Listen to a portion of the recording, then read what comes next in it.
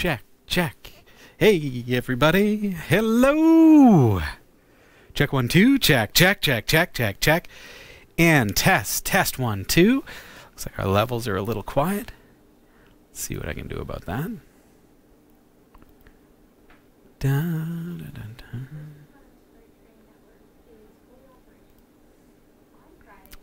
Glad you can hear me.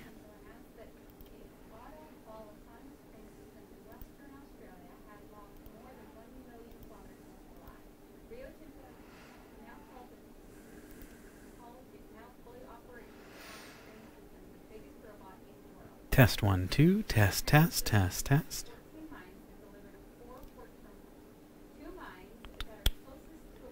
Check.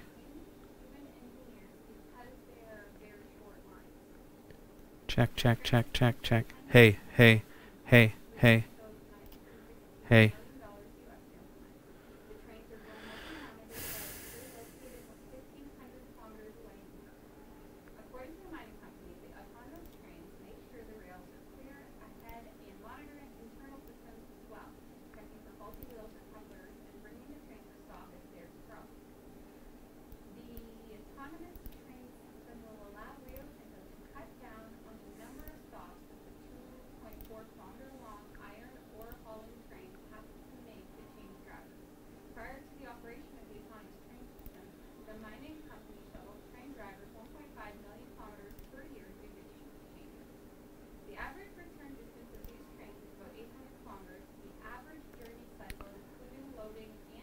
Check. Check. Check. Hello. Hello. Hello. That looks pretty good. How's it sound? Pretty good, eh? Check the compressors.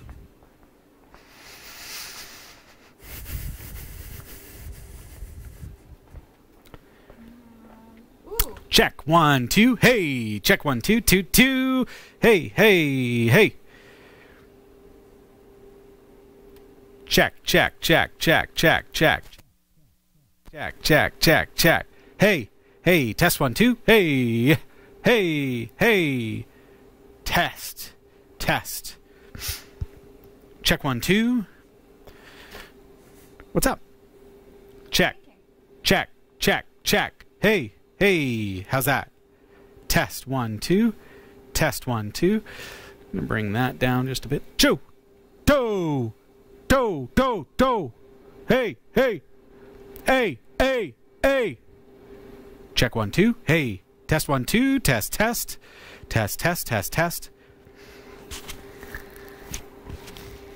Test 1, 2. Test, test, test, test, test, test. Hey! Perfect. Look at that.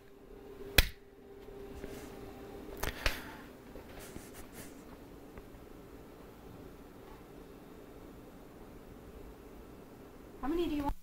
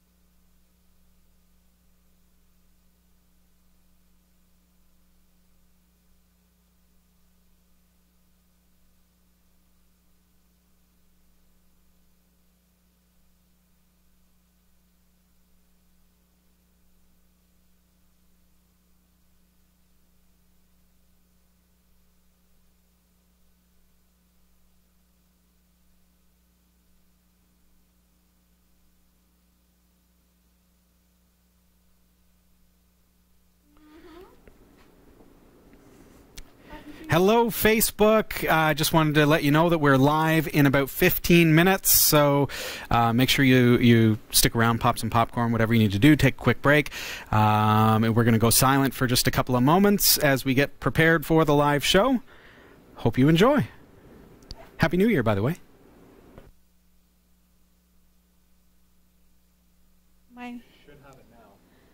I should have it now. Your mic is on. And my mic is on. I see YouTube says that we're live, and I do. Excellent, thank you. My phone says it's snowing. Testing. Sasha's microphone is On. What was the other thing I was going to say? I need to get a shelf right here, Marshman. Something. I'm thinking about it. These are things that we're going to be talking about over the next couple of weeks off the air, on the vlog and stuff like that. But I need to have a shelf here to put trinkets and things like that on. I've got that little dorky shelf, but it never really worked on the set. Gadgets and gizmos and what's it?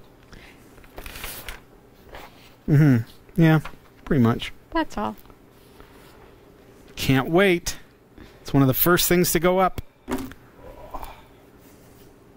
How was your drive-in? Was it slick? It was slow. Oh, I took your pen. Ah. It was slow. Yeah, I forgot that it was slippery for a moment. Yep. Until I tried to stop. And was reminded by my car that I should probably think about that far in advance. Yes. It was way more slipperier down Toronto way. Mm. So, well, I mean, I was on the highway, but... I don't have snow tires, which scares me. This is the first time I've And ever... a little tiny light car. No, thank you. Chocolate? I want to say yes. You should say yes. I will say yes. It smells good. Did you still say no? You're so strong in your 2019. Yeah, right. Day 2 for the win. You know what my goal for 2019 is? What is your goal, Jeff? To be able to do my exercise routine at my body weight.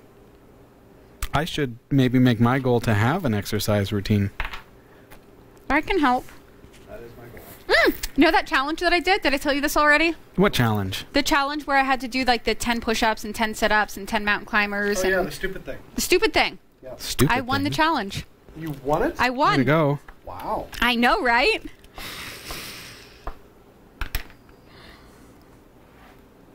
And then I did nothing for 10 days. I went snowboarding a couple times.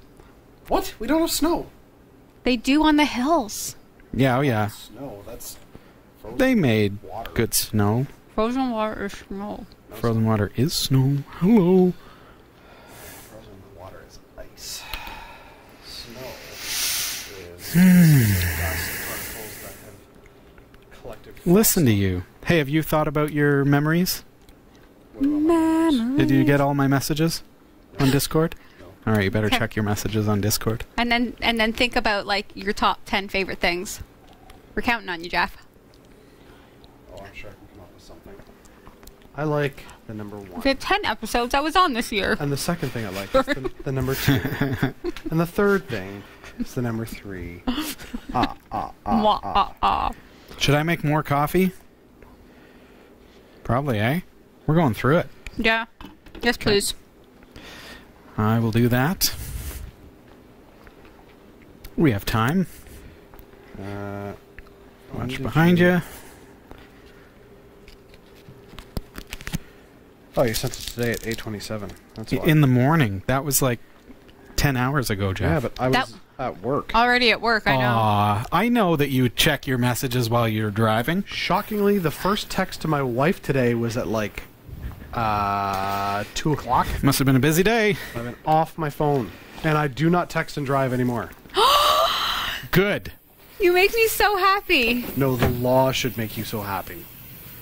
Because as of yesterday, it's nasty. Is this a resolution? No. So just knowing the people This is love just you and you want finally you to be have alive. brains? No, as of yesterday, if you are caught any sort of distracted driving, not just texting, but like, say you have to tell your kids, shut up. Well, hey, if that's what it takes to wise you up, 3 days then suspension of license. I know.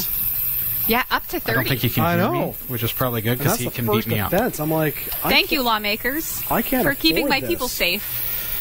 The sad thing is, it's not going to stop most people. They're going to be like, I got to get caught first. And it's when it's conviction. It's not just when you're charged, it's conviction. It's like, why would you chance it?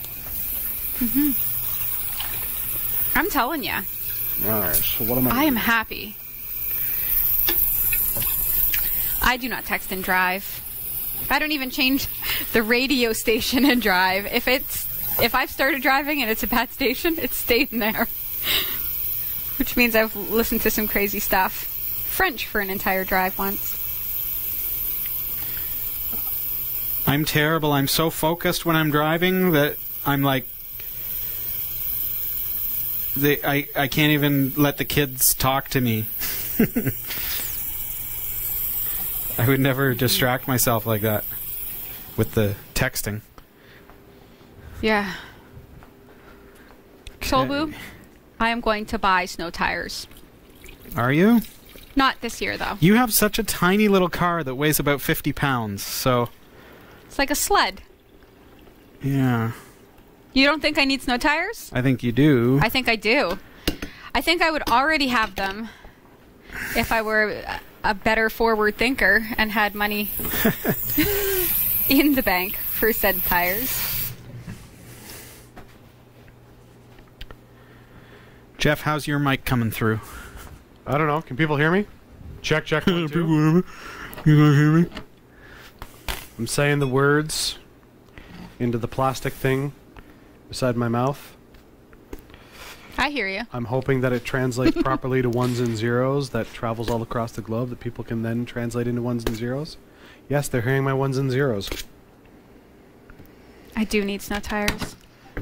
Oh, did you guys hear about Netflix and Marie Kondo? Yeah, we Oh watched yeah, it I last started night. watching some. You watched it all last night? No. We watched the first episode. You binged watched? No. I watched like 5 minutes and then I started like itching to clean my laundry room and thought this better turn off now. She was watching and then she realized Netflix is something that doesn't give me enjoyment and turned it off. Doesn't spark joy. Did you watch Bandersnatch? Which I will talk What? about. On Okay, I don't know if I can wrap my head around this one. Okay, then we can discuss it online. I love it so much. Hey, Jeff, give me a sound check. Hey, yep. 1, 2, 3, 4. Excellent, excellent, excellent, excellent. Cool. Give me another one. 1, 2, 3, 4. Someone's knocking at your door. Okay. It's the Krampus. Why did the students eat their homework? Because Why, Sasha? dog didn't. Because the teacher told them it was a piece of cake. But Are we talking millennials? Aren't you a millennial? if I push No, this button, I'm a does it zennial. mute me? Can you guys hear me now? Ah.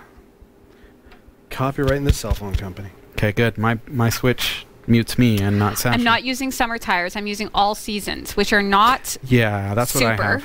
They're not super, but they're not summer. Like I'm not crazy.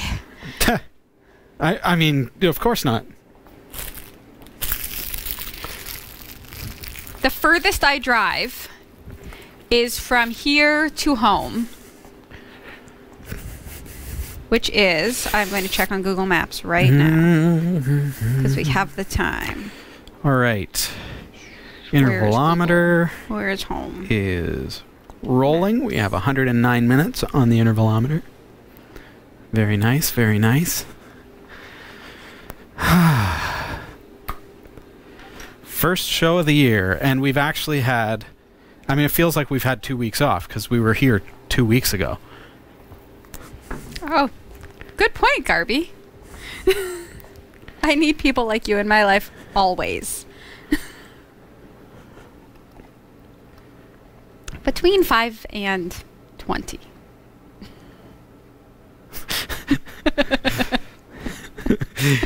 .7 kilometers northwest.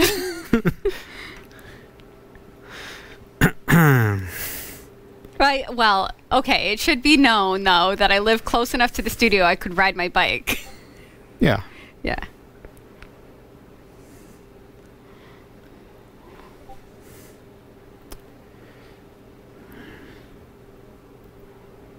Ba-da-da. We're densely populated. Did you just say we're dense? Populated. Well, that's an appealing image.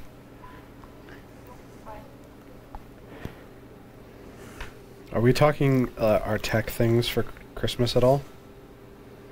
Well, you got some exciting things to say? I have many exciting returns to discuss. Oh. No, we won't get into it. Okay.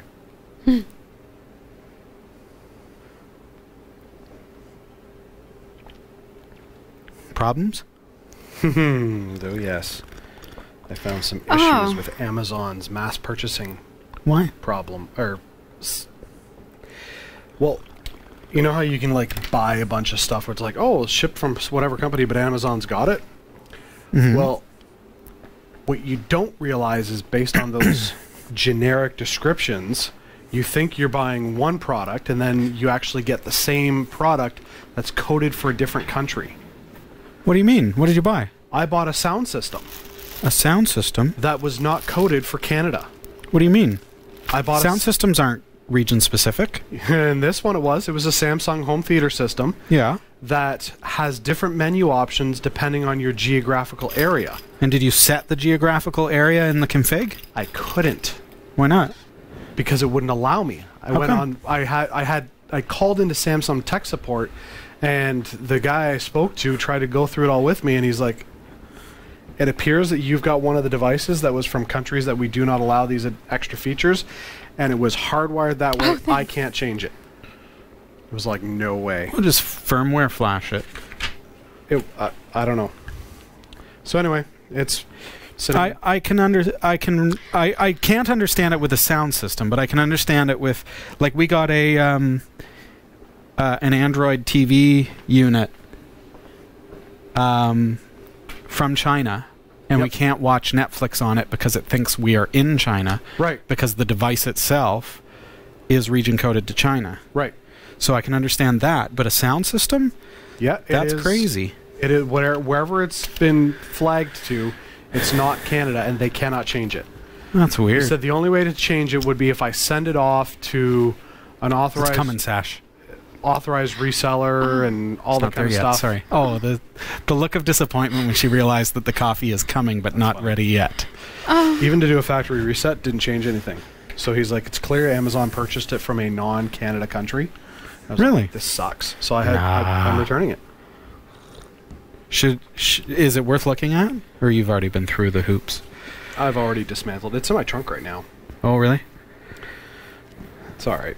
I'll return it. Get Just something else. Just remember that the people on the other end of the phone are, ask them, have you physically touched one of these units? Sometimes they give advice based on... Fair enough. Well, the thing what sold me on the guy's advice is he's like, I had this issue last week with another person. Uh-huh. Again, he's like, That's nuts. bought it through Amazon.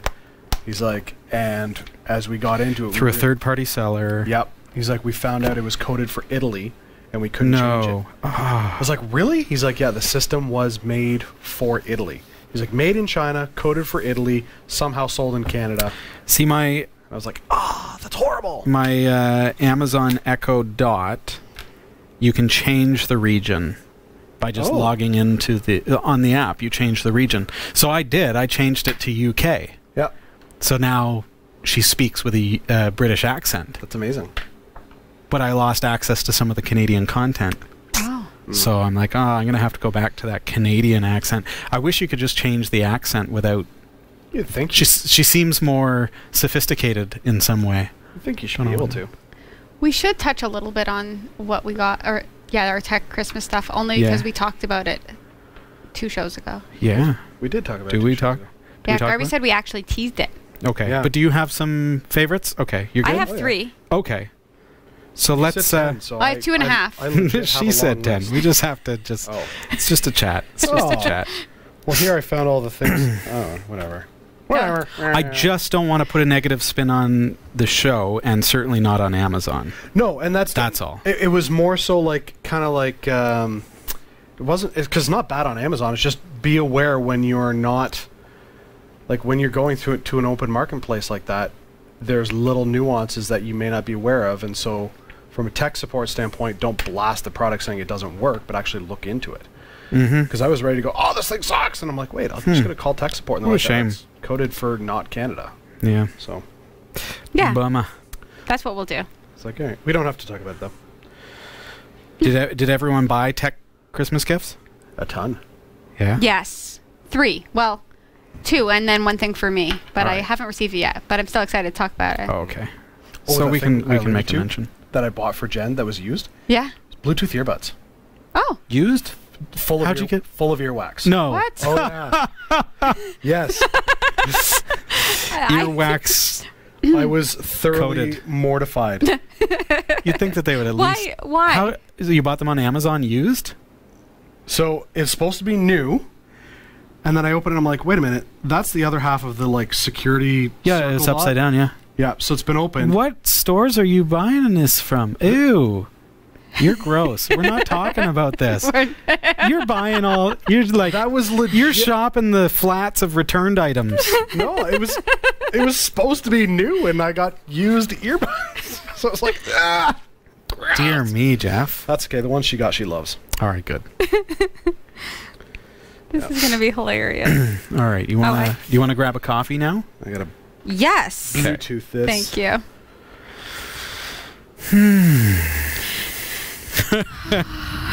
Yeah, Garby gives you 3 out of 10 on Amazon for your capabilities as an Amazon user.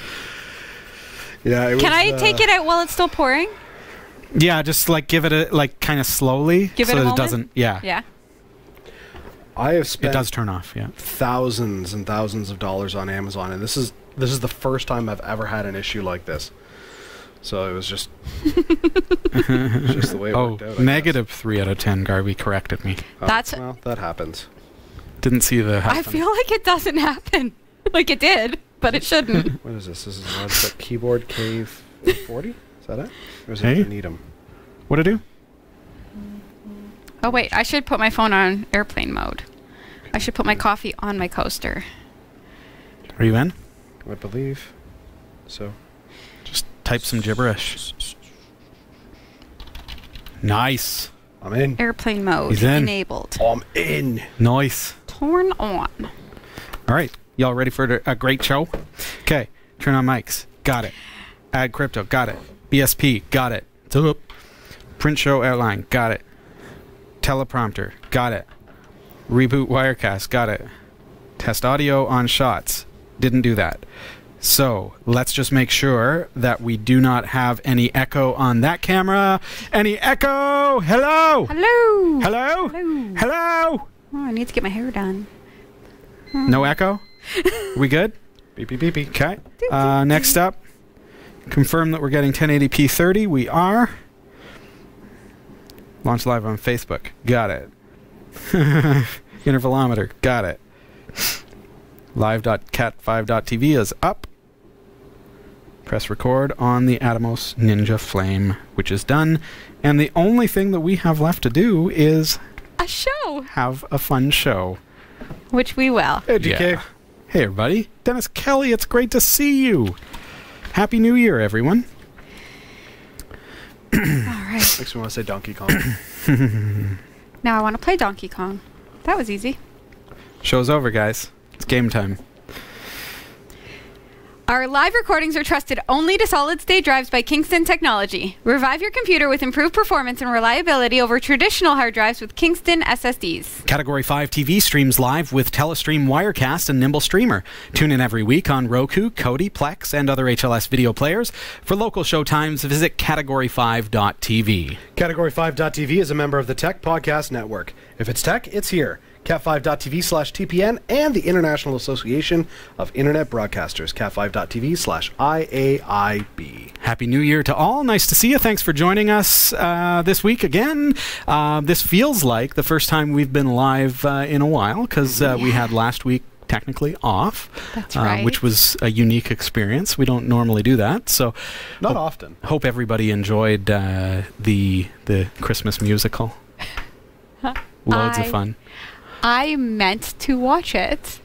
and I forgot. Isn't it funny how when well, I mean it was Boxing Day Right. when it went to air, and I had about 30 people in my house. I had created a turkey dinner, and I was serving it up, and we were just about to sit down for dessert when the show went up. Yeah. So I Very did stop cool. into the chat room and just say hi, and I did see you pop in and say, Yeah. "Oh, it's showtime!" Ah. I didn't watch. I hope that you had a wonderful Christmas and a wonderful New Year, and you know, here's to the greatest year ever, 2019. It's going to be a good one. Looking back on 2018. Do we have any favorite moments here at Category 5 TV that you guys can think of? And I'd encourage you to think of the same and comment below your favorite moments of 2018 here on Category 5 TV. Which one of you is this first? I will go first. I would All say right off the hop. Right I off would the say Marshman's guest appearance and my Driving 8 hours to join us here in our Canadian studio. and meeting the marvelous Mrs. Marshman. Definitely top of amazing. my list as well. Yes. Yeah. That's my number one. I wasn't here. You weren't here. You were off I was- gallivanting in the woods. Yes, I was. What- I was freezing my butt off. What favorite moments of 2018 do you have here at the studio? I think I have two that are tied for first. Okay. The first one that popped to my mind was the blockchain interview we did with Robert Koenig. I loved that interview. That totally changed my knowledge of the blockchain, took me to the next level of amateurness. And I was like, hey, I'm not just a newbie anymore. I'm There you now go. amateur. And Perfect. I've taken some of that knowledge from the interview, and I've had conversations with people. Even at Christmas, Yeah. we got talking about the blockchain with my family, and talking about other uses for the blockchain, not just cryptocurrency, because I'm like, oh, it's cryptocurrency, it's that Bitcoin stuff. Right. I'm like, no, there's other stuff. And then when I started explaining to them, and the idea of like produce and not having all these recalls, and then when I raised the question to them about why not use it for passports, they're going, oh, that's cool. Oh, we could yes, I like that. And I was like, I sold my family on the blockchain. It's Perfect. amazing. And they're not we tech are people. thick with knowledge, I and know, we it's great. had a lot of great interviews, a lot of great presentations here on Category 5 over the past year. That's definitely a highlight for me as well. And having Robert back a couple of times, and we're going to see him again in 2019 as our Sweet. crypto correspondent as well. I have to say, one of my key points of 2018, not to do so much with the show, but just thinking of how the community, viewers, and even our local community have come together to support us. And I think about how an anonymous viewer sent us a Ninja Flame video Right. recorder to supplement our entire broadcast process, and now the video quality is better because of that, and we're able to do so much more. And how our local Music Pro, the music store in town, has gratis loaned us wireless microphones, so now we're moving around the studio, and It's changed the show. it has absolutely changed. And now I'm thinking about how, okay, we can set up a set over there, and we can just walk over and just turn the camera, and we can do this and that. It's so much more freedom for us, and so just having community come together, both our community on the show and the community here locally, supporting Category 5 has been something that that's a big highlight for Right. me. Can I add to that? And it's the same line, but switching to Discord for me. Yes. Huge for community. Like I feel surrounded by friends all of the time now. For example, when I was doing the OS on my computer, Yes. right? And I was sitting there thinking for an iota of a second I could do this alone. And then Garby popped in, and between the two of us, mostly Garby, I managed to install a new OS on my computer, which I don't have on me right now. But that wouldn't have happened without Discord. And it Cool. wouldn't I don't happen think. when you use the book face either. Because you have to Right. post Right. status up to be like, what I do? People like, #like. Right. Yeah. And for those of you who are, well, what's this Discord that she's talking about? If you look over there, just past Jeff, you see what looks like a chat room, and that's our Discord server. So you can join that through our website, and there are links on the interact menu. But what I love about that is you say switching to Discord. More like we've supplemented our community with Discord. Yes. IRC is still active. I see the Foo there, and the Foo, it's nice to see you. The Foo is in fact communicating on Discord via our old IRC chat room. So they're actually in IRC, the old way of doing things. So we haven't replaced that. True. We've supplemented it, made a bridge, and I wrote some code to be able to communicate between those two servers, and it's now one great community, and it's really helped to grow our community and the ability to communicate throughout the week, and really has improved things that way. That's what I really noticed, is because before with the chat room, you know, it would be active during the show, there'd be a few people throughout the week, but now Discord's up and people are on all the time. Yes. It's awesome. It's great. GWG has taken offense to the fact that I call IRC the old way, but to be fair, It was. I used IRC when I was about this big. I had a full head of hair. IRC was before social media. I had MIRC, and that was the application that I used. I mean, it is old school, you got to admit. And now, you know, we've been able to bridge that and make the community even better. Jeff, any other fond memories of 2018? With Cat5? Yes. The STEM specifically. STEM show with my daughter. Yes. I loved doing that. That was cool.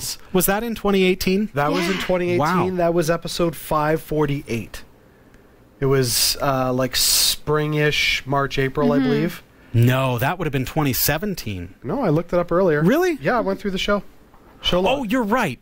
You're right. Absolutely. Thank you. We got that recorded. I was right. No, I had it mixed up with, because I was trying to remember when we had the kids on the show, and I was thinking of our March break special that we did in 2017. Yes. Because she was on that as well. Yes. So But no, that was her boombox. Now this was when she had the Gen doll. The Gen doll. Yeah, from Smart Girls. Yes. And the fact that she was coding on it, she still plays with it.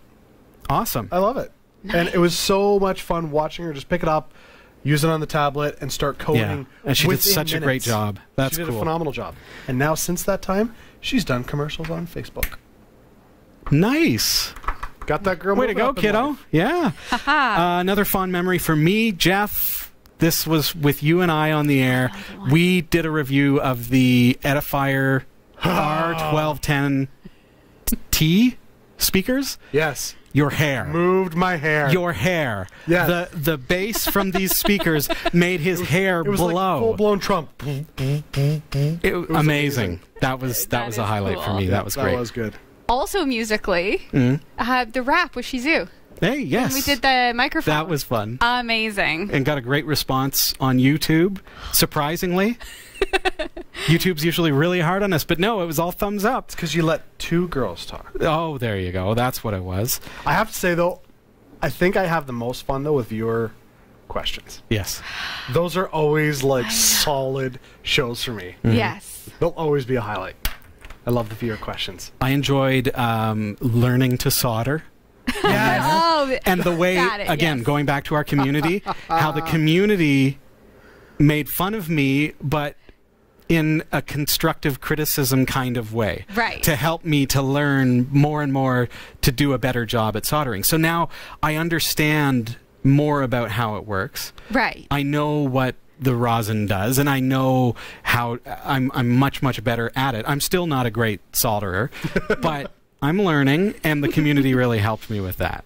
Yep. Any other highlights for you? Well, when we did the Retro Pie yes, that was on my episode. list. Oh, yes. I wasn't here, but I loved watching it. Nice. And then that followed up with doing the Odroid Go with Marshman.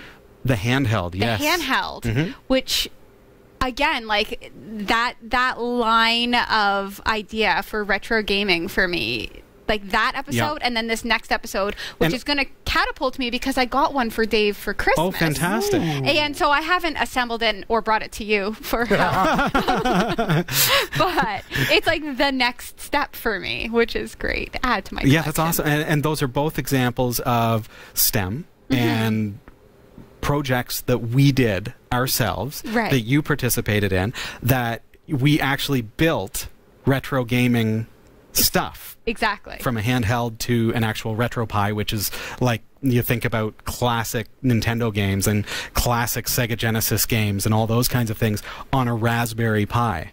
and we built that. I do And it think worked. it's funny you've gone from like uber beefed up VR to handheld retro gaming. Yeah. Speaking of like VR, It's the whole back in spectrum. time. It's the whole spectrum. I did get my VR in 2018. Nice. So that Didn't was, happen on the show. We need to Yeah. get it on the show. We need to get it on the show. Yeah, I got my computer. I built the computer in 2017. Did a news Right at the tail end. story. Right. Did a news story about the VR and then got my tax return and spent it immediately. That's right. You did. It was boy. the Rift you got? Yes. Yes, the Oculus Rift. No, Yeah. no, the why can't Vive? Oh, you got the Vive? Yeah. Yes. Yes. Okay. That's right. Yes. Um, What is the name? Another thing that I really enjoyed and thinking of the RetroPie and just all of the single board computers that we've had on the show. Lots of unboxings, lots of reviews. We've done the Giggle scores. Love the Giggle score. Oh, yeah. And we're learning how each of these single board computers performs against one another, which to me is exciting because up until a year and a half ago, realistically, there was just Raspberry Pi. Yeah. There were other boards out there, but really, in the market, there was just the Raspberry Pi. And now there are so many much more powerful single board computers to the point where we're probably a couple of iterations away from being able to use one as a desktop computer. Oh, I and totally and agree. that has been a real highlight for me. Yep. Any final thoughts on 2018? I know of one that, well, it may have been end of 2017, but I do, it comes to mind because we're talking about VR and everything, and I think it still counts because it's, in my mind, it's within the past year and a bit. Okay. But we did tour the Starship Enterprise. That is true. We Yes, did. that And was 2017. 2017. Yep. Yeah. So a little off on my timing, Ooh. but in my heart, it comes back to me every day. And I think it's fresh to me because Stage 9 was shut down by CBS. And so, you know, it's still a part of my 2018. Right. Being able to live that boyhood fantasy of standing on the Starship Enterprise and traveling around, walking around on the Starship. Do we have time for one more? One more. Okay. So remember we did the review of those tablets and then Jeff brought in the Yes. boogie board sink and Yep. then I bought a boogie board sink and then I dropped it on the floor and then Did you get it fixed? well, and then I kept saying that I would call them. Well, today on my lunch break, I called them. Yes. Talked to a guy named Chris. And? Explained Hi, Chris. the whole situation. Hi, Chris. Yeah, he was like, yeah, it sounds sincere, and that is a problem with our case. It actually is an open corner. Just when you have your sink with you, because I was calling from work and I didn't have it with me, because it doesn't work right now. He's like, just read off the, I guess, product ID to me, and I'll just send you a new one. He's just like straight up sending me a new one. Yes! I know. Yes! I know. Did you even have to play the I I'm said- Sasha Rickman card? No, but I said Wow. I'm going to mention you on the show tonight. Oh, and then fantastic. Now, when Chris, I call him. You're the man. See, that's the kind of tech support that Love it. that Yeah. we need in this world. And companies that stand by their products like that, even when admittedly it was your It was fault. my fault. I said, I'm like, I tried to protect this thing against me. I bought a case. It didn't work. Right. And he said, we're working on that. So it's a known flaw Yeah. in their protective case. Yeah. Because truly, if you buy the additional component of the protection that is supposed to save it from drops, Right. Except and it that. doesto actually save it from drops. Exactly. It's not Sasha proof. It's not Sasha proof. I really should be just a walking commercial for how to. It makes sense to me, though. I mean, there's two sides to that. But if I bought a waterproof case Right. and then I submerged my thing and it leaked and it got destroyed, then I would expect that Right. proper tech support would say, yeah, we'll send you another one. Yeah. That's a flaw. So that's good. That's I'm getting very a new good. one. Thank you, Chris. That's awesome. Awesome. Okay, so tonight we've got a fantastic show planned for you. We're going to be learning how to rip episodic DVDs, which I'm really excited about. This is something that we've really needed to do because the questions keep coming up on YouTube. Recently, I feel like we've done this in the past, have we not? no. Really? Yeah. Huh. We've learned about ripping DVDs, and some of what we're going to learn tonight is Maybe redundant that's what to it that. was. But a lot of questions stem from that video, and those are what we're going to set out to answer Okay, tonight. And admittedly, several years have gone by since Kelsey and I did that Did review. that episode. Yeah, that was a long time ago. absolutely. recently I removed Elementary OS from my work computer. So my production computer where I do all my programming, I ripped it out of there and I took the step and I installed Linux Mint. Latest and greatest version. You know that I was impressed with Linux Mint here on the show. Really, you know, I'm a Debian guy, but I do like the ease of the Ubuntu architecture and the infrastructure that they've created. And so Linux Mint was really a nice step away from Ubuntu's interface while still giving me the feel of like the Mate. I'm using Cinnamon, but that kind of, I don't want to say retro, but I like that paradigm of like a start menu, if you will. In Linux, it's the applications menu, or, you know, it just feels more the way that I'm used to using a computer. So I've been using that for several weeks now, and I found that Linux Mint is really, it performs great. It works better than Elementary did on my system. I have a brutally awesome system, 96 gigs of RAM, 24 cores, 2 Xeon processors. So how much did that run you? Well, this is my production system at work. So that's amazing. Running Linux on it is just a no-brainer. And but then I've got 3 screens in front of me, and Elementary, and they finally fixed this after I'd been running it for so long, but you can't drag things from one monitor to the other without this massive gap in between the screens. So there was this like ridiculous gap between the screens, and you couldn't fix it. And the reasoning was because some of my two of my monitors are horizontal. The one in the middle is turned vertical. Okay. So because of that vertical, it was completely messed up. Needless to say, Linux Mint out of the box worked flawlessly. Installing the NVIDIA drivers, flawless, and just operating it over the past 3-4 weeks has been brilliant. So I say that, you know, in my production environment with everything that I do at work, it's all done now on Linux Mint. And if you're looking for a Linux distro, I think that it's one that is definitely, you know, up there. And that's one that I think that yeah, I'm pleased with that transition for sure. That is cool. We've tried so many different Linux distros. Not to say any are, you know, it's kind of personal choice, really. Yeah, it really is. With Linux, they're flavors. You try the one, you know, that works for you, and that one right now is working for me. You like the Mint, huh? I do. I never used to. I never used to. I do now. They've come a long way.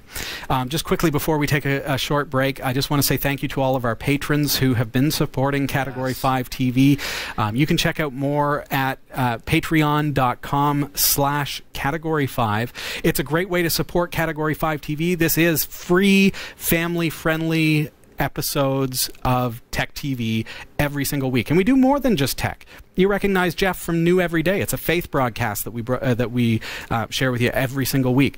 We're getting back into the Pixel Shadow and doing some video gaming. Cool. There's so much great content there, but definitely the episodic week to week of Category 5 Technology TV that's our flagship show, and it's always, you know, we try to make this as accessible and family friendly and free.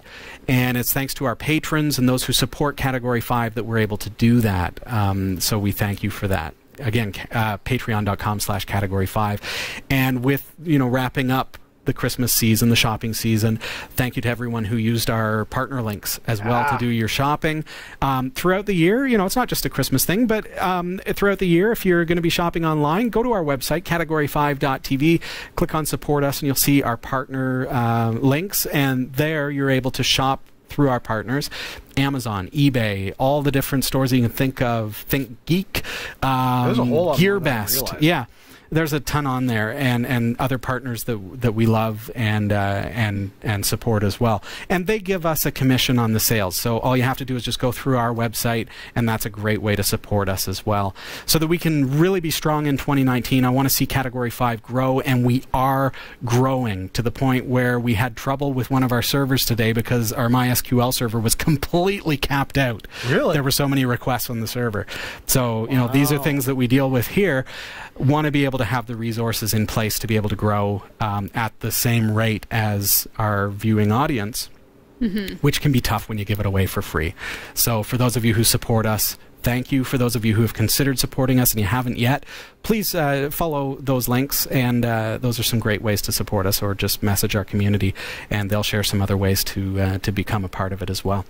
We do have to take a quick break. When we come back, as I mentioned, we're going to be looking at episodic DVD rips. So stick around. Discord is frozen. It's frozen? Yeah, it's still up there. Jeff is Amazon challenged. No way. The whole show, it's been frozen. Which is unfortunate because we were talking about Discord. Oh, yes. We can... From the top! We can say, oh, Discord was frozen there. We didn't realize, but at least everyone knows that Jeff is Amazon challenged. Yes. It is funny. And what's with all the cops? Pardon? You're not hearing all the whooping from the sirens out there? No? So I feel like I might be blind in my ears. Or deaf. Okay, there we go. Because Say what?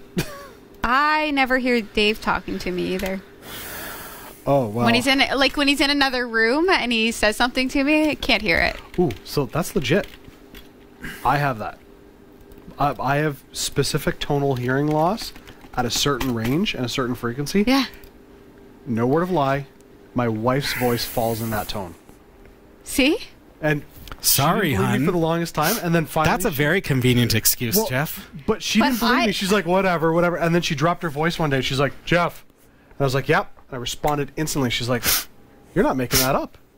I know. I'm going to go get my hearing tested because I think I have some of that too. Oh, it's called marriage. It happened so fast. That's funny.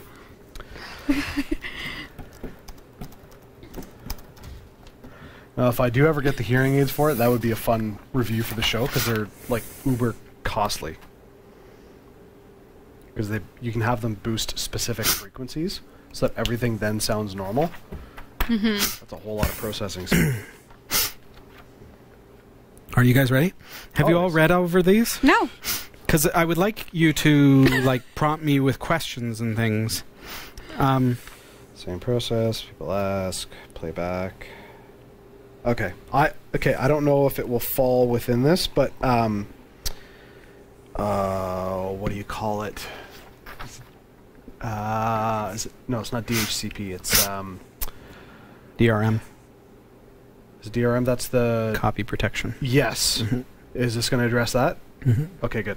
Can I ask that question? In the context of that? Okay. Of the plan. Okay.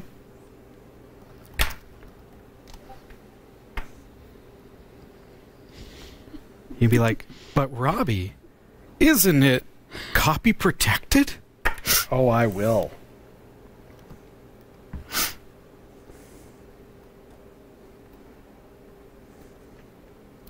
Do do do. So I had that issue with our Western Digital. Ripped a bunch of movies, and then it didn't recognize it. Wouldn't let us play it. Because it's like, it's not original. It's like, oh, I screwed up. Really? Yep. Mm. Well, that wouldn't... Oh, I see. That wouldn't play it over there. Oh, you tried to rip it to an ISO. Yes, that's what I did. Mm-hmm. That's different. Anybody need a heat up? I'm worried about my caffeine intake. I want one, but... It's been a long day for you, though. I know. Okay. Yes. Give in to the bean. Jeff, how about you? The problem is... I can always use a fill-up. Okay. I try to go to bed at 9:30, right on the dot. And if I drink too many coffees... On a Wednesday? Well, let's see if... Every day. I fixed the teleprompter, so maybe we'll get out of here before 9:30. 9:30? You're old. Come on. Whatever, millennial. She works at like 3 a.m. I know. I have to be a ray of sunshine for 12 hours a day. I need sleep. Yeah. It's because you're a fake Canadian. Oh, I remember that episode. We shall not revisit. What was that? The episode where we fought about whether Canadians are truly nice or if they're just fake. It was a news story. Oh, was it? Uh-huh. That was a news story? Well, no, it resulted from a news story. Oh, I see. Was it? Usually we have better results, like Sasha buying things. That happens frequently. And then she breaks them. I bought a tech thing that wasn't on the show. Oh, yeah? Yeah, I did my own thinking. Yeah. Expand on this. You want to know what it is? Yeah. It's a toque that has Bluetooth thingers in it. Really? Yeah. Built into the Cool. tube? That's Yeah. neat. So That's you- really Wash cool. It must come out. I knew You take that. out the electronics. Yeah. I got a Usually coffee they maker. come out. Oh, yeah. I was excited about that. I would love a smart coffee maker that I can instruct using the Amazon Echo to make me coffee, grind the beans. Sounds That'd good, be really but cool. not that good. That would be neat. Okay. Welcome back. I hate when I say that. I don't like saying welcome back because it already says welcome back on the screen. Hello again, guys. Yeah. Hey. Hey again, everyone. Hey, what's up? How you doing? How you doing, yo? Just before the break, we had Discord up there, and we were even talking about Discord. I know. But it was frozen. Didn't realize. Hopefully it's going to work out a little better. I mean, it's just the positioning of the moon on this, the first week of it's a cool January of 2019. It is very That's cool. why it froze. Yeah, exactly. So I think we've got everything going. Somebody say something just to be sure. Garby's laughing. This week, we are going to be kind of reapproaching an old topic. Now, on our YouTube channel, there's a hot video about ripping copy-protected DVDs. And this week, we are going to be readdressing that because there are a few questions that frequently come in on that YouTube video.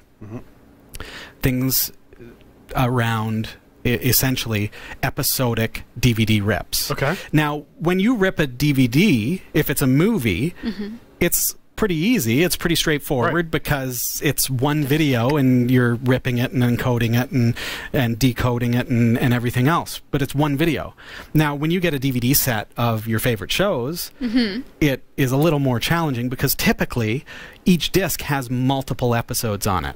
Right. So there is an added challenge to that. So tonight we're going to look at software that we have looked at before, but we're going to take a little bit of a different approach because we are going to be using an episodic DVD set in order to do our rips. Okay, then. All right. The process, just so you know, if you are interested only in ripping movies and not episodic DVDs, the process is the same. Okay. If you master this, you will absolutely master the ability to rip movies as well, because as I say, it's just one video on the disc typically. Would the same process for an episodic TV show work the same as, say, like a DVD that's got special content, you know, interviews and stuff? Absolutely. Okay. Those are other videos on the discs. Yeah. So Okay. quickly, because I know one of the comments on YouTube is I talk too much. And so I want to just quickly mention that one of the reasons I would want to do this and one of the reasons I want to do this has nothing to do with the technology, but it has to do with the fact that I watch a lot of British shows. Right. So they come to me when I order them off of Amazon.co.uk. They come to me region coded to the UK, so they don't play in a local Canadian okay. DVD player. Right. So I have to rip it in order to be able to watch it on my TV because it's region coded. Okay. That makes sense. See, and for me, I like this because I have a ton of DVDs, but we're looking at getting a new sound system. Right. That they don't have DVD players anymore. Yeah. And all of our TVs are connected to Plex. So I want to be able to watch stuff. Exactly. You may have a Blu-ray player which plays DVDs as well, Right.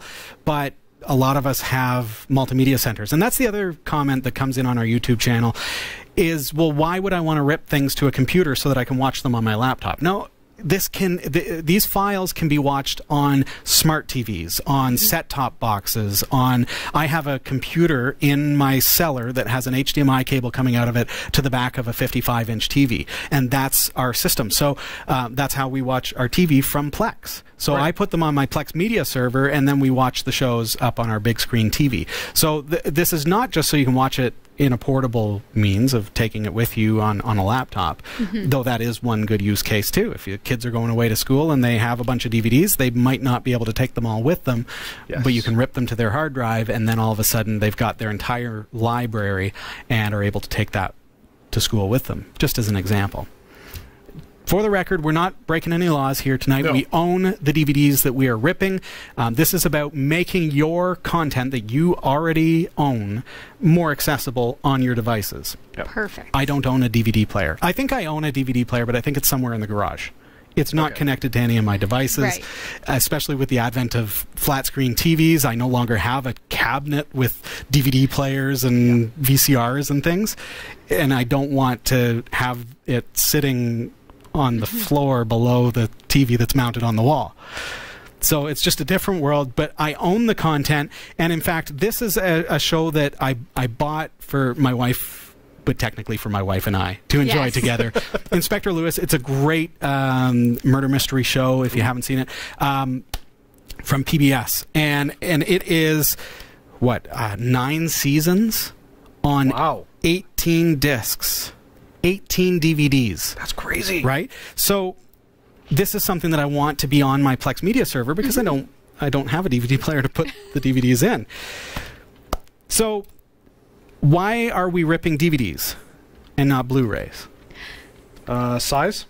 Because No, because I can compress them. not everything plays a Blu-ray. But if I rip it to a file, then it would play. be fine. Right. Right. So, It's a valid question, and this is another one that you've been sending in. The best answer I can give you for that is, let's just think about the technology for just one moment. Now, Blu-ray, you would say, it's better quality. Absolutely. You can get 1080p Blu-ray, 4K Blu-ray. These are only 480p. Granted, they still look great, but DVD is much less quality than Blu-ray. That's why Blu-ray is the current optical standard anyways. Think about your computer. Okay. Do you have a DVD drive? On my computer, I do. Yeah, you do? Yep. Do you have a Blu-ray drive? No. No. So think about when you buy a computer, even when you build a computer, your computer has DVD capabilities. right. We may not necessarily use it to its full capacity. A lot of us use it, sometimes to burn discs and things like that. But most computers, I don't want to be so general, but a majority of computers will not have Blu-ray drives. So you cannot rip Blu-ray on a DVD drive. You can rip DVD, and every computer since years ago has DVD if it has an optical drive. Right. Right? There was CD, then DVD, and every computer has it. Blu-ray was never adopted as a computer standard.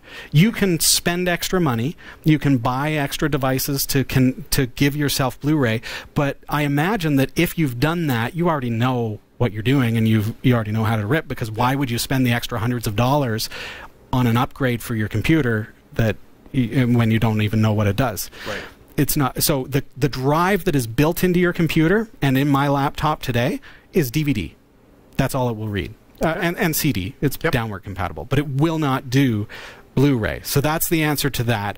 And the other point about that is that we're doing this for free. Right. Yes. Because Which is huge. I already have the hardware, DVD drive in my laptop. I already have I'm going to have the software in about 5 minutes. I'm going to show you how to get it. It's absolutely free.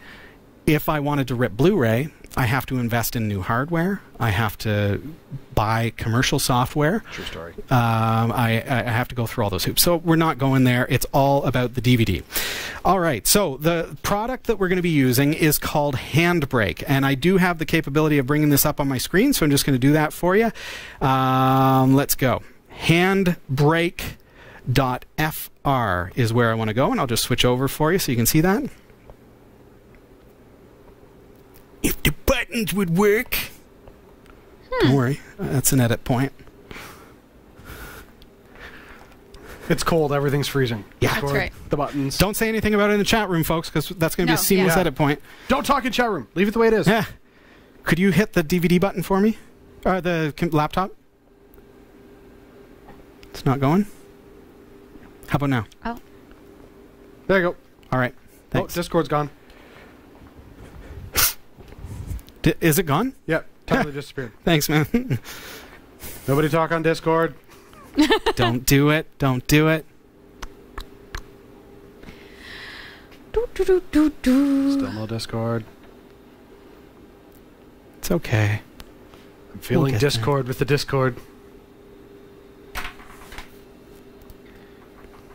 I feel like because we've asked them not to talk, this would be the time to say really ridiculous things that they would normally comment on, that they can't. Oh, Bed is back. Discord's back. Ah. Okay. There we go. Sorry. Oh, they talked.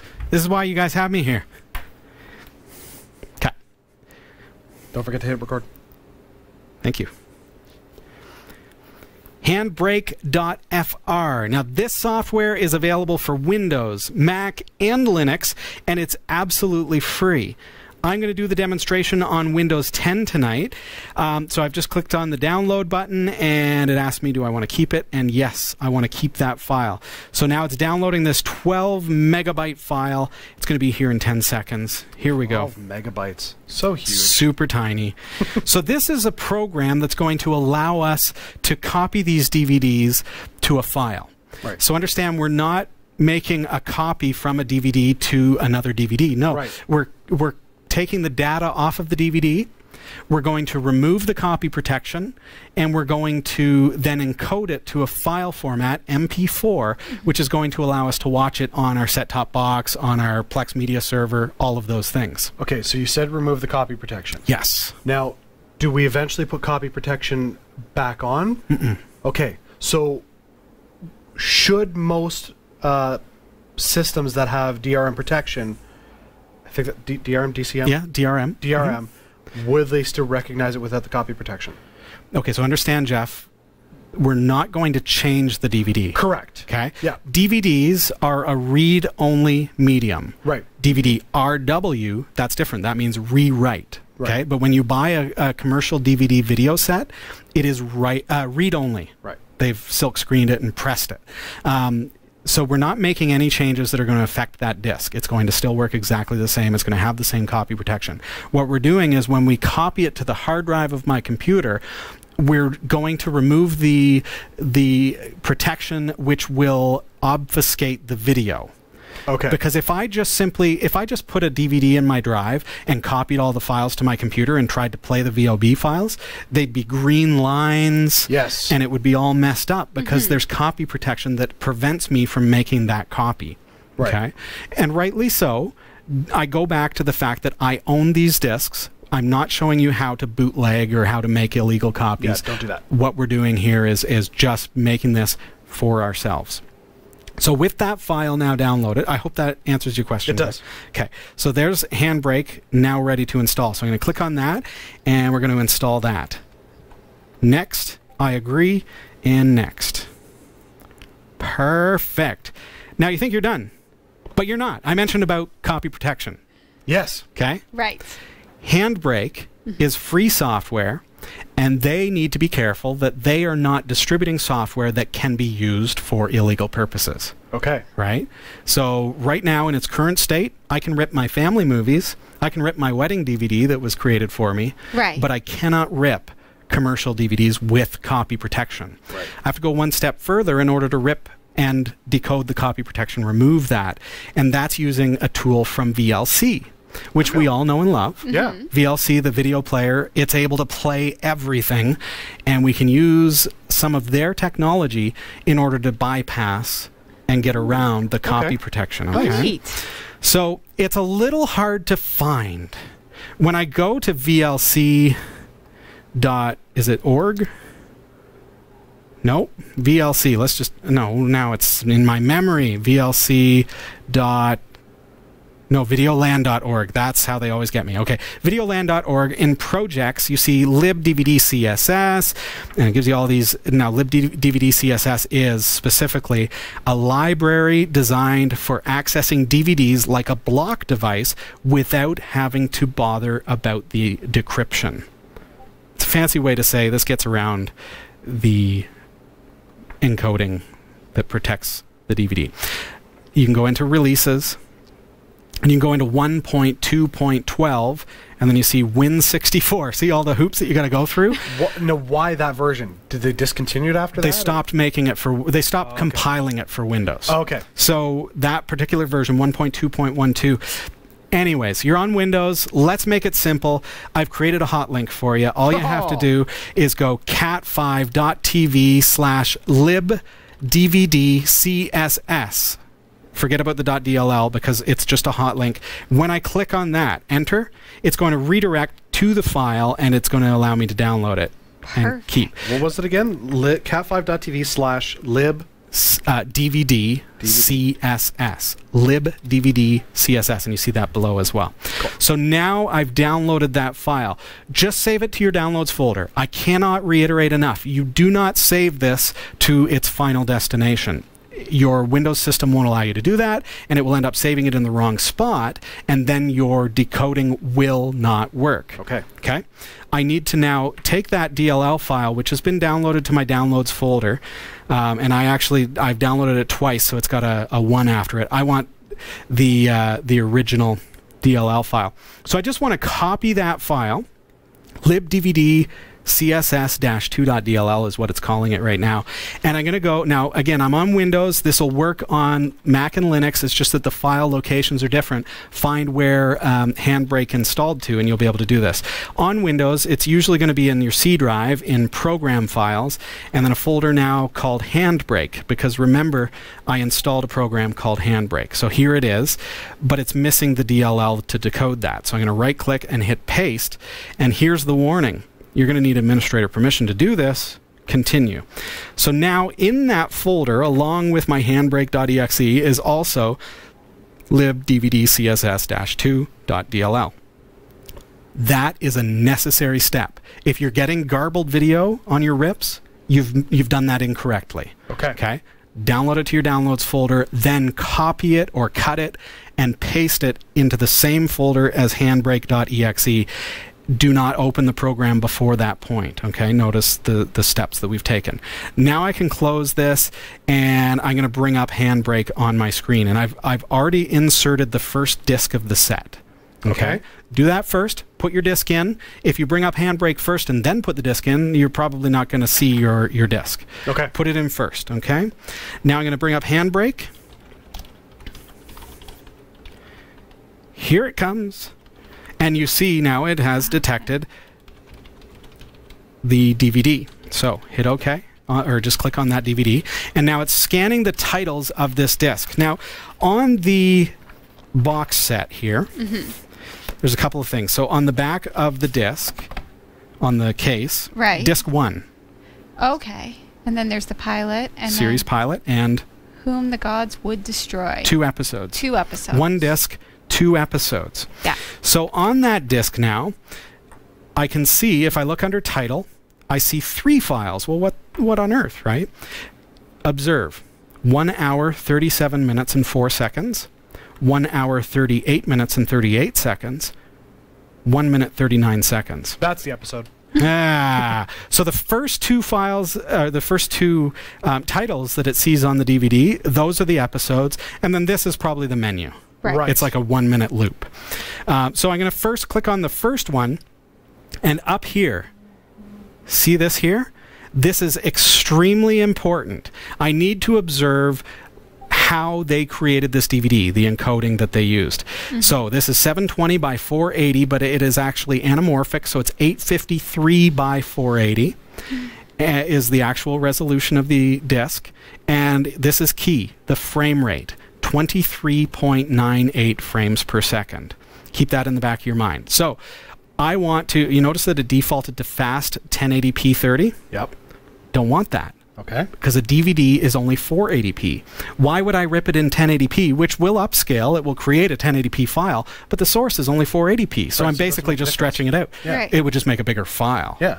Uselessly. Yeah. So what I want to do is I want to, as closely as possible, match my encoders to the DVD itself. That's why the frame rate is very, very important. So the first thing I'm going to do with the DVD is I'm going to change my preset to General Fast 480p 30, because that's the closest thing to match a DVD. 480p 30 seconds, 30 frames per second. So next thing I want to do is turn on Web Optimized. What that will do, Jeff, is that will help so that your Plex Media Server, if you pause it, it can resume easier. Okay. If you skim, you can skim easier because it's in your web browser when you're using Plex. So that helps. Web Optimized is important. Dimensions, I just want to bring you back to this. We don't need to change anything. It's already detected. 720 by 480. Anamorphic is set to automatic, and you see that the display size is coming out to 853 by 480, which matches 853 by 480, the actual disk that I've inserted. Okay.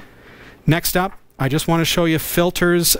We have deinterlacing. This is all just left default, but what that does, because our computers, our devices are progressive scan, so each frame is a full frame. Interlaced, the DVD is actually interlaced, so it's only half of the frame per frame. So deinterlacing is going to fix the lines that you see in some videos. If you didn't have deinterlacing, you'd have lines through everything, especially during action shots. So just leave those filters as they are, because the defaults are perfect. We do not need to I don't even know how to say it, detelsign, because this is if we were upscaling to 30 frames per second, but we want to actually match the 23.98. So just forget about filters. I just wanted to show you that. Okay, leave everything the same as it is, except we want to set a constant frame rate, because we know that it is 23.98 frames per second. The default is 30 frames per second. I actually want to match the DVD. So keep in mind, I am not telling you to set this to 23.98 frames per second, or which is really 23.976. That's the correct option for this particular disc. But every time you insert a disc, you need to observe those top stats so that you know what that disc is.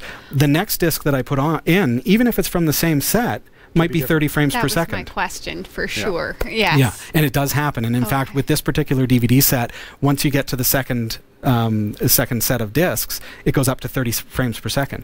That could be because they were shooting in 24 frames per second and then they switched to 30p for NTSC, something like that. Just observe that. So I'm not saying to do this at 23.976 generically. I'm saying observe what the disc is and match that. So I'm creating a copy of this that is so close to the original that you're probably not going to notice the difference. So everything else, so remember, constant frame rate, 23.976 matches 23.98, which is a rounded number. You may have 30 frames per second or 29.97 on different discs, but this disc is that. Now, if you, I mean, chances are you're not going to find that your disc is different than those numbers. But if you do find it's different, are you better to downscale to the closest lower or closest higher? DVDs generally are going to be 24 frames a second, 30 frames a second, 29.97 frames a second. You're not going to have 4 frame a second DVDs or 6,000. Yeah, there are standards, right? And so these represent the standards and then some. Like here's 60 frames a second, 120 frames a second, 59.94. Depends on the region. Nailed it all. Yeah, and it will show you here what the frames per second is. That's what we want to match up. Audio, I'm just going to leave as is. Oh, and back here, constant quality, I'm going to leave at 20. If you increase that, the number's going to go down. And you're just going to get a bigger file size, but I think 20 is a pretty happy place. You're going to get really good quality without going over the top as far as file size goes. Audio, I'm just going to leave as is, but if there are other audio tracks, you can select them if you want to choose a different language, for example. I'm just using the English, and that's all that there is on this DVD. If it has Italian and you would prefer the Italian track, you can actually change that, and that's what will be ripped. You can include both. If there are multiple tracks, you can also include those, and then you can change it using VLC or your player. That's a cool option. Yeah, absolutely. Everything else is just going to stay as is. Those are the key things. So now, save as. I'm just going to browse somewhere on my computer, go onto my desktop. The naming is important, especially if you're using Plex Media Server or some other kind of media server.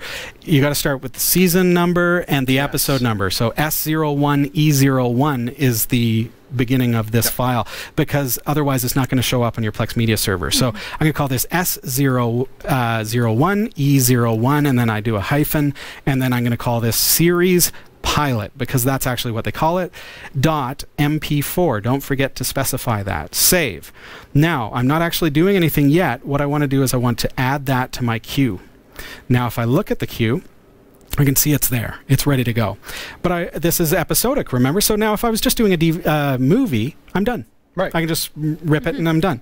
But because this is episodic and there are 2 episodes on this disc, next step is to now pull down the title and change to the next one. Episode 2. And I'm going to leave everything as is. It's already using the same settings that I already set. But now I don't need to browse. I'm just going to delete the automated file name here and call it S01E02. And the episode number of, the episode name of number 2 for this show is called Whom the Gods Would Destroy. And so back at Handbrake, I'm just going to put that in there, or I could type it, .mp4. Now, add to my queue. So the specifications would never change episode to episode on the same disc. It would just be disc to disc it might change. The disc itself is a certain frame rate, is the certain resolution, but the next disc might be a different frame rate. Right. Yeah. I haven't seen it mixed. It could technically, I think it could be mixed. Okay. But I've never seen it. I just feel like perhaps you'd get lulled into it. Say there was like 7 episodes on a disc. You'd get lulled into repeating and repeating. Then you put in a new disc and, well, everything's changed. Yes. Yeah, oh, so and you got to watch like, that. Be aware. And you see how quick it is to change it anyways and modify those settings. Exactly. Now, if I look at my queue, I have both of those episodes in my queue. All I need to do is hit Start Queue and pour yourself a coffee. Go sit down. It's on my i7 laptop. This is going to take about an hour per episode. So, okay, so close to real time. Because they were an hour and a half. I don't know that it's really that specific. It's just that's how long it takes. Because what it's doing is it's decoding, removing the copy protection, copying the file itself, and then encoding to the MP4 format that matches the specifications that I've given it. Right. So then I end up with an MP4 file. Because this is going to take 2 hours, just before the show, I actually set it up and did exactly this. And so I already have these 2 episodes ripped, and that's why the disk was already in my drive. I'm just going to close out of this. And if I bring up my folder here where I ripped it, you can see now I've got these 2 files. And if I click on it, on my computer, there it is. It's a perfect rip. It looks fantastic. It looks perfect, and up on my big screen TV, it looks wonderful. Cool. And there you go. So that is decoded, and it works, and nice. We're good to go. I like this. I have a drawer full of DVDs in our entertainment unit. Yeah. That I could spend days ripping.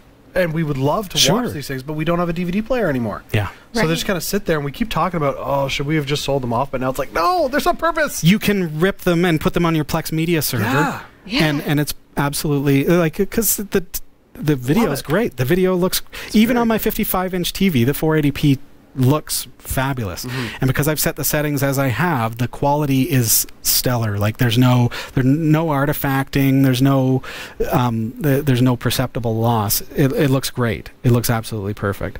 So I think that covers everything that we need to cover for this feature. I hope that you've enjoyed it and learned from it, and I hope that it helps you to be able to move your DVD library into your current setup, because I just don't have the setup to play these anymore, but I still buy them. I still support the industries that make them, and I'm happy to do that. And by doing that, I'm paying for it. I bought these off of Amazon. Right. I'm not downloading illegal copies of videos. Right. I'm not breaking the law. I'm not stealing from the content creators. Right. But I still have the same effect of being able to put it on my devices and being able to put it on my Plex Media server or whatever other device that I own that gives me access to that content in a modern kind of way. Nice. Very cool. We do have to take a really quick break. We've got the news coming up. We've got I don't know. What else? Yeah, we got stuff. I'll seamlessly edit that, so don't worry. We actually have to jump right to the news, because I'll throw a commercial break in there. You guys don't need to wait for a commercial. Did that all questions answered? There was one in the chat room, but my phone turned off, so I don't know what it is. Oh, your phone turned off? Yeah, it times out after 10 minutes, and I have. What if one just wants to rip without changing the encoding? So DVD encoding is. So Sasha, that's going to be our edit point. I'm going to actually zoom in on you, and you say, "Oh, there's a question in the chat room from so and so." Okay. Like right now? Yeah, right now. There's a question from Soulblue in the chat room. What if one just wants to rip without changing the encoding? So DVD encoding is MPEG-2. Right. Now, but keep in mind, it has copy protection. Yes. So you will not be able to play those files if you don't go through the process. So part of this is decoding, then re-encoding to a format that your devices will be able to play. Right. That's the key thing. Got it. So I hope that answers for you. I hope that all of your questions have been answered. If you have any more, please comment below. We got to jump over to the newsroom. All right. All right. And just like that. How are we doing? Wow, we're a little over time. That's all right. I like you guys, so. Oh, I don't thanks, mind being man. here. Cheers. I'm going to have a sip of my coffee because I just talked a lot. Yeah. Uh-huh. But it was good. Was it good? Excellent. I was aiming for good. I wish we had done this in What I meant was it was early excellent. December, though. 'Cause Hmm? I would have spent all of my Christmas break ripping DVDs. Oh, man. Yeah, I'm already quite a ways through these ones. Okay. So, Here are the stories we're covering this week in the Category5.tv newsroom. Several U.S. newspapers suffered major printing and delivery disruptions on Saturday following a cyber attack. India will ban e-commerce companies such as Amazon and Walmart-owned Flipkart from selling products from companies in which they have an equity interest. The first autonomous freight train network is fully operational, and Elon Musk claims to be on track for a 2026 Mars colony mission and reveals who will be on board the first trips. These stories are coming right up. Don't go anywhere. awesome. Ooh, yeah.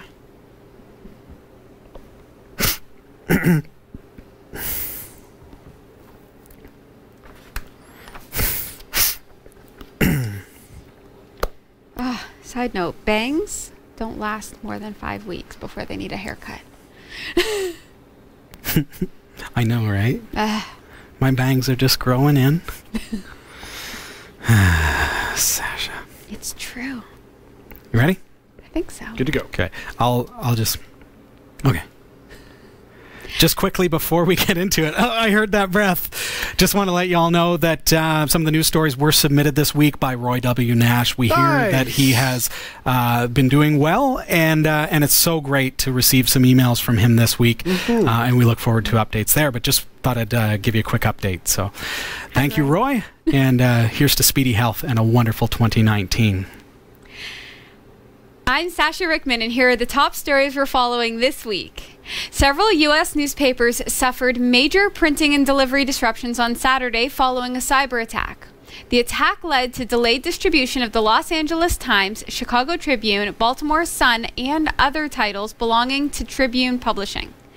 The company said it first detected the malware on Friday, which hit papers sharing the same printing plant. The LA Times said the attack is believed to have come from outside the U.S. An anonymous source with knowledge of the attack told the LA Times, "We believe the intention of the attack was to disable the infrastructure, more specifically servers, as opposed to looking to steal information." West Coast editions of the Wall Street Journal and New York Times, which share the same production platform in Los Angeles, were also affected. The virus hurt back office systems used to publish and produce the newspapers. Another publication, the Fort Lauderdale Sun-Centennial, was also crippled this weekend by a computer virus that shut down production and hampered phone lines, according to a story on its website. A Department of Homeland Security official said in a statement, "We are aware of reports of a potential cyber incident affecting several news outlets and are working with our government and industry partners to better understand the situation." Investigators at the Federal Bureau of Investigations were not immediately available for comment. Okay. So that's scary because... And so begins the year. Yeah. If you can get in to the news, like... I'm eager to hear more about how the attack occurred. But, yeah, I mean, that can... what do you say to that? That we have such a digital connected... I think about newspapers and think about how old school the technology of a newspaper is, and yet they are reliant now as much as we are on the technology that's internet connected and everything else. So, well, and so many news stations, whether it be TV, paper, whatever, they have remote correspondence that in a lot of cases probably VPN to a network. yeah. And so if their network is regularly getting data traffic coming in from outside the network. Mm-hmm. I mean, you've got a lot of holes that you need to have protected, and if they are connected stations, say through a network, you know, you hit one, you could potentially hit them all. I mean, so often they share content, and it's like, where is that vulnerability? Mm-hmm. Mm-hmm. I mean, but at the same time, I just kind of go, well, it's another story. Moving on, gonna have my coffee. Like, yeah, a little bit. But it kind of speaks to the infrastructure issues that companies have too. Like these are big companies, but these are old companies. Yes. Mm-hmm. So, you know, has the infrastructure progressed along with the technology? Has the security measures that are in place progressed along with that technology? So we have to look at, you know, as you know, maybe the businesses that we work at grow and evolve into today. Mm-hmm. You know, are the technologies that are in place to protect us against cyber attack, are they up to snuff? I still feel like a lot of times it's somebody who's just not security conscious. It could be one user on the network that clicked on a file in an email. Right. Who knows, right? I think of those cities that we've heard of in the past that we've covered on the news, where suddenly all of their city computers get pay the Bitcoin because we've ransomwared your computer. It's like, all it took was one person, you know, who just wasn't careful. Yeah. It's true. You know, It's scary because you don't know what causes something like that. And like you said, in a situation where people are just constantly putting information in, how do you know when it's malicious? I'm just glad they didn't change the teleprompter and go all Ron Burgundy. Haha. India will ban e-commerce companies such as Amazon and Walmart-owned Flipkart from selling products from which the companies have an equity interest. In a statement, the government also said that the companies will be prevented from entering into exclusive agreements with sellers. The new rules will be applicable from February 1st. The new regulations follow complaints from Indian retailers and traders who say the giant e-commerce companies are using their control over inventory from their affiliates and through exclusive sales agreements to create an unfair marketplace that allows them to sell some products at very low prices. The All India Online Vendors Association in October filed a petition with the antitrust body Competition Commission of India alleging that Amazon favors merchants that it partly owns. The lobby group filed a similar petition against Flipkart in May, alleging violations of competition rules through preferential treatment for select sellers. The new rules said that services provided to vendors on an e-commerce platform and by that entity's affiliates should be done so at an arm's length and in fair and non-discriminatory manner.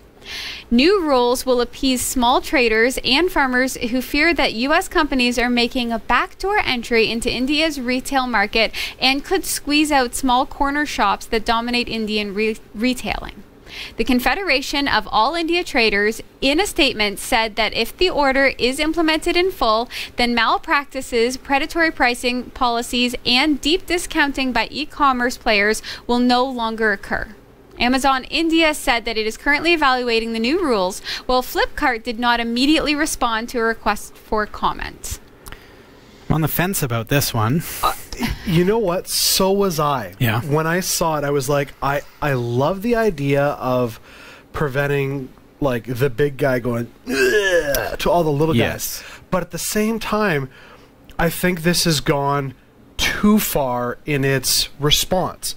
Like here in Canada, we've got grocery stores. You can go to their website, purchase your groceries for pickup at the store.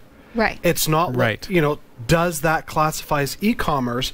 And if you've got a grocery store that now sells their own brand, are they restricted from doing that in India? If the store was in India, like how far does this go? Because when I read the definition of what they're talking about, it's very wide open to just about anything. Yeah.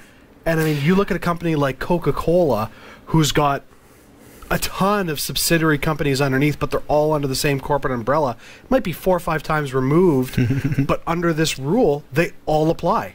But what's true about that is they have policies in place that you can't have a Pepsi machine next to it. I know, Right. Which is funny. It's tough because, like, I have to look at this one in the perspective of, okay, this is the Indian government protecting the small marketplace. Yeah. Right. But in the terminology, it comes across as more like such a controlling. Like, I think about if I walk into a grocery store and that grocery store has their brand, Right. like I'm thinking President's Choice, Yes. right? So if I walk in and there's the President's Choice ketchup and there's the Heinz, well, they have the loss leaders up at the front, all the you know, like who's to say that they can't do that? They own the brands because that's their industry. Amazon has bought companies and invested companies and created companies in order to sell products at a better price. Yeah. Right. I buy some Amazon Basics stuff quite often. Yep. And yeah, It's just the tricky. way it is, and it's so tough. Sears is out of business. I know. And it's like they were crushed, but Sears didn't keep up with the technology. And, Right. and so Exactly. in India, I can understand the marketplace is not able to keep up with the technology necessarily, right? There are probably larger companies, definitely are, Yep. that can, but the little guys would be done for Yeah. if Sears can be put out of business. Sure, absolutely. This is such a double-edged sword situation, Oh. and It is.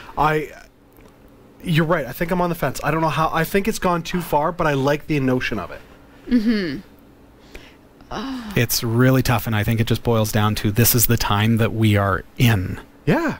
Because there's a transition that has been occurring for the past 3-4 years with Amazon becoming the biggest retailer in the world. It is legit how I shop. Absolutely. That's it. Right? Going to a store, it's like a foreign concept to me now. I don't. I do. I go to I like going to stores. stores. But a lot of, like, Christmas shopping is a perfect example this year, and last year as well, where most of the stuff, other than stuff for stockings and things like that, Yeah. were bought online.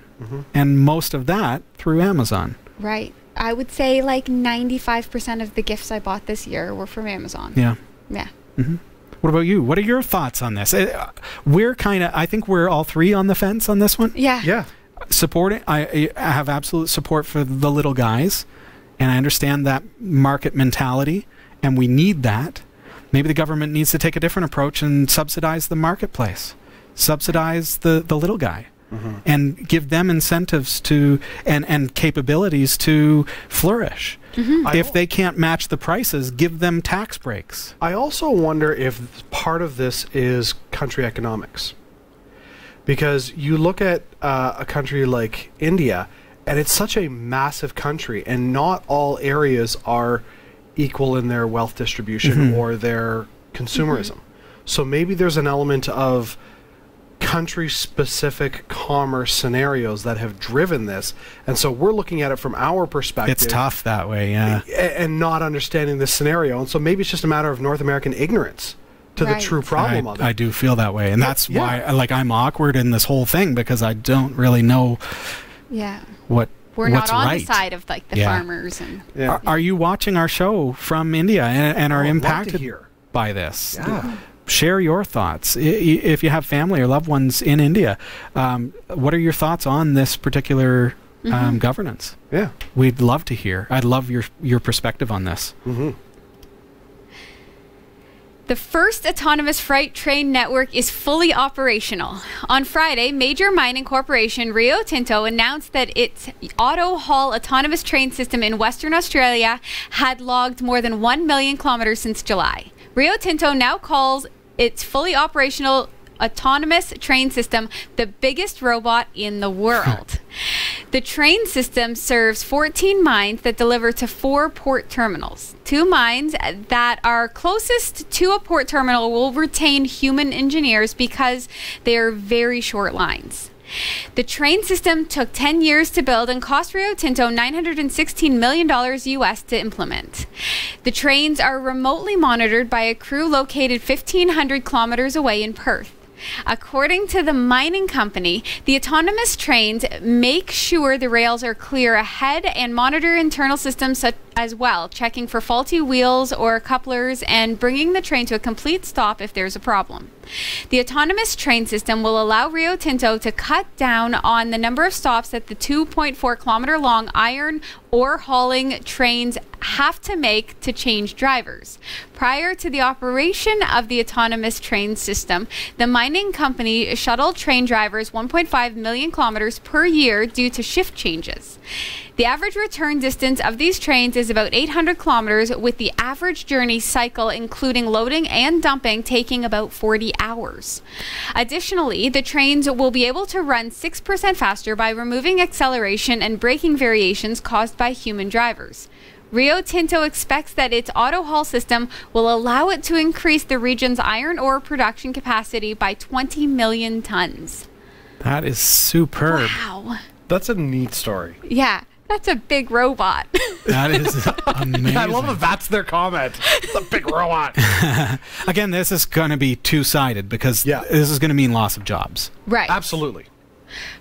But it's going to be I feel like you're driving a train for 40, like it's a 40-hour trip. You have to be shuttled to and from because they have to do shift changes. I feel like those jobs themselves aren't the ideal job.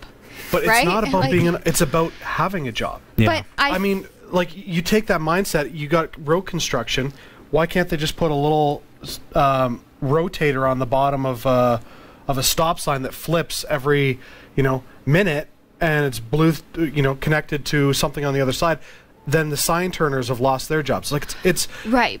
But I'm thinking that this will allow for things like being the controller, like the remote controller. It's like the remote access operator. Do you think that and being, the operator's 1,500 kilometers away, right? and presumably a great force of IT to thwart any attack on this system? Right. Because that would be my next fear Yeah. with something like that. I think you're going to lose one job, you're going to get another job, but it's Sure, a different type yeah. of job, different skill set, and the person who's out of work may not be able to get this new job for maybe programming the trains or something. But the concept of it is very neat. It takes some of that bulk, so to speak, out of the workload. Right. I mean, at the end of the day, as a computer guy, your automated software that you've created, I think you remember you're talking about an AI for a while to help with some of your workload. You're talking Which about, one, Jeff? Well, but so some of that bulk of His your name's Jason. He's a real person. right. Okay, but there are Hi, Jason. advancements that you can make that can help, but it's just like at what cost to the human impact?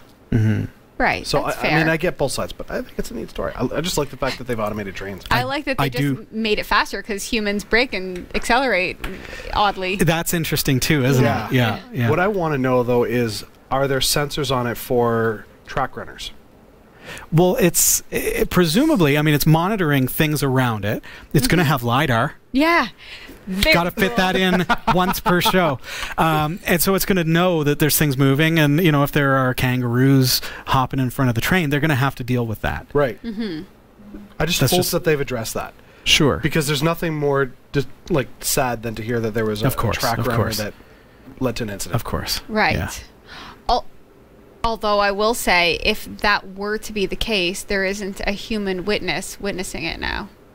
Just a side note. I don't think that's the point. Yeah. Nice attempt on putting a lighter spin on it, Sasha, but you just made it worse. Yeah. Thank you sorry. very much. there. Oh, dear. Elon Musk claims to be on track for a 2026 Mars colony mission and reveals who will be on board for the first trips. Messaging the billionaire on Twitter, Musk fan asked, "How soon will the first group go to colonize Mars?" And Musk replied, 7 to 10 years. That's in line with previous estimations from Musk, who has said he hopes to launch missions between 2024 and 2030. Musk also recently admitted that there was a 70% chance he himself would move to Mars. The Tesla boss also replied to another Twitter user who said, "I only hope the first wave of explorers will be poets and not real estate developers." Musk's response was that the initial Mars colonization flights would be populated with creatives. Engineers, artists, and creators of all kind. There is so much to build, he said.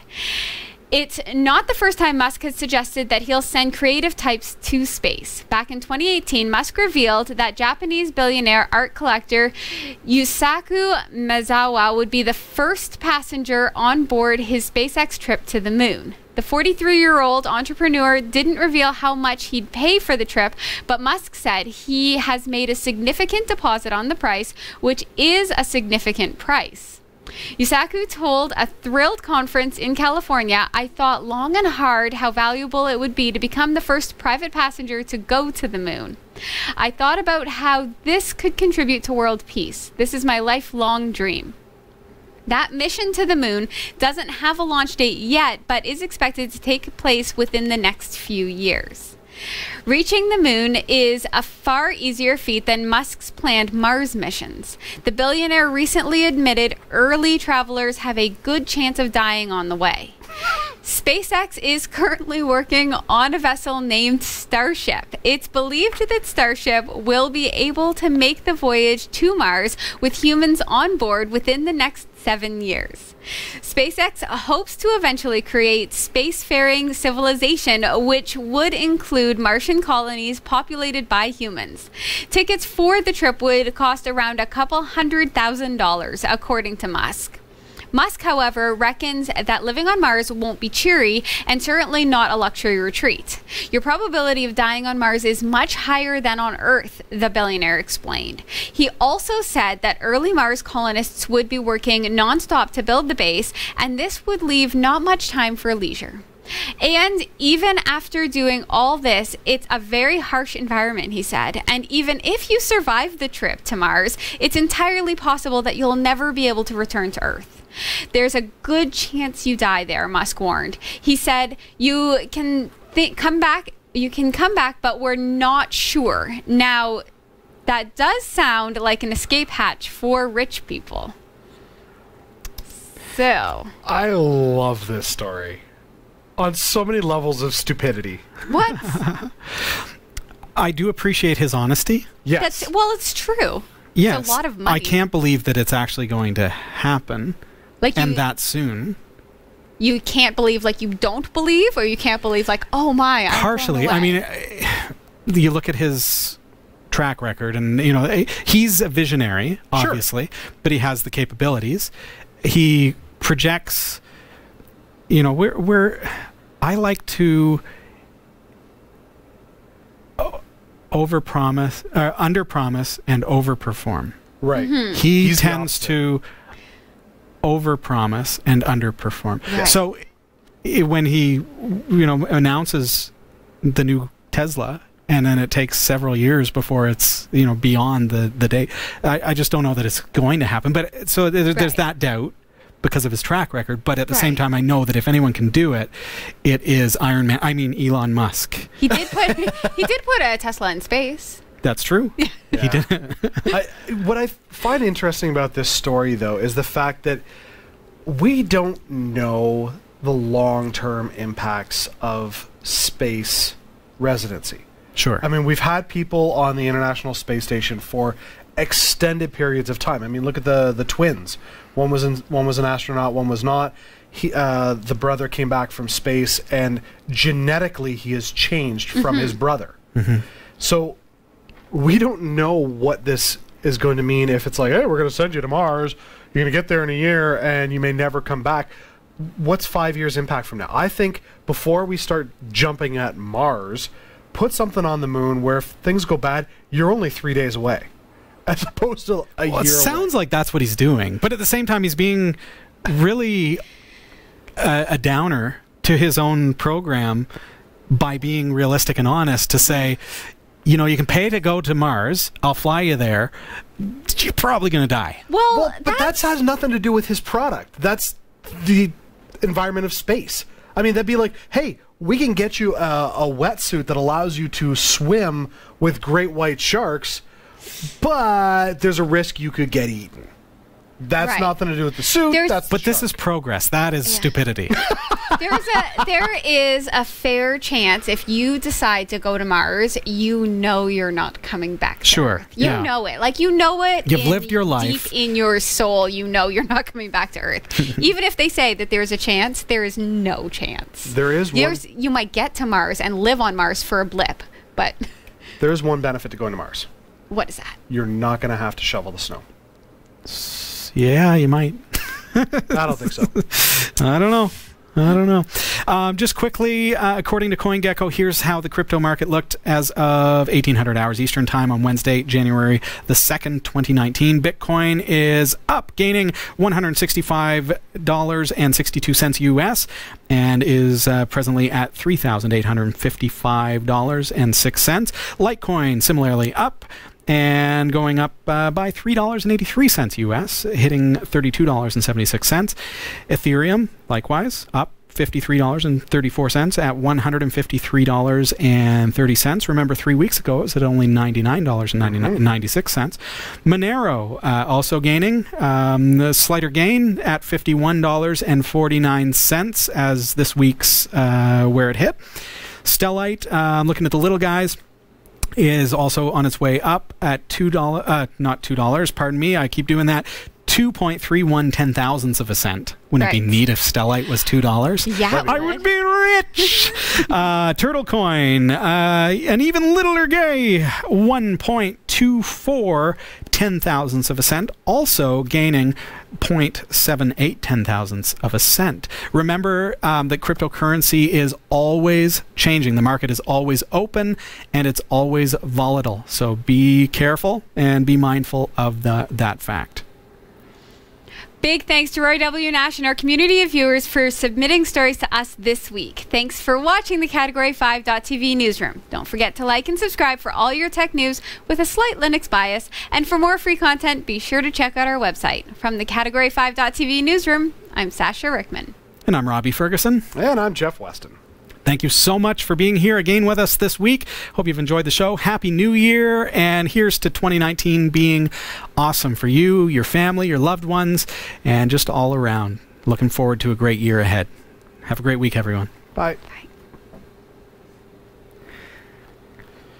Cool.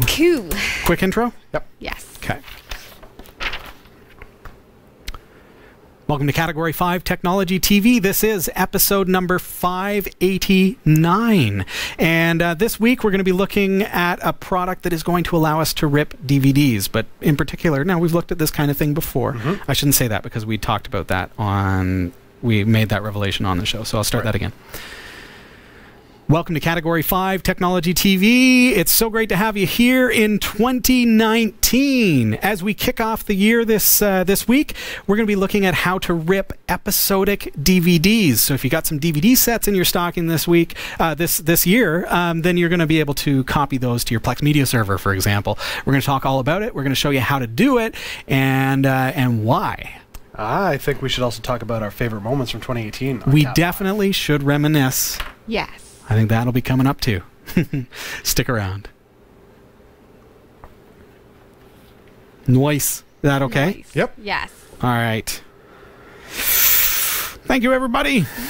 How are you doing? Everybody tired? Yeah. Oh my gosh. Exhausted. Oh. I was up really late last night. Jen and I had a date. We watched Fantastic Beasts at the theater. Oh yeah? Oh, nice. So we didn't get home and in bed till after 1. And then I was up for work at 6. It sucked.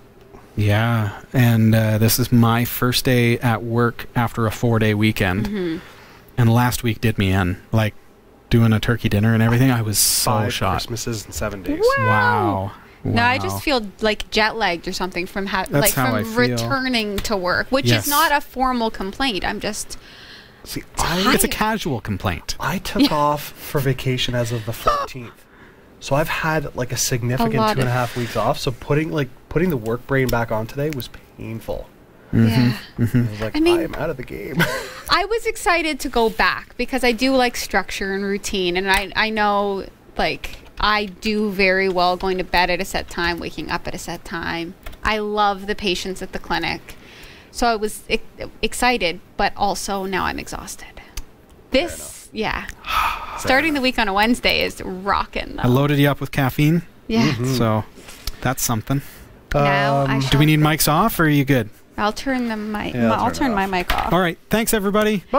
Good night. Before we start planning all of the secret things, That's right.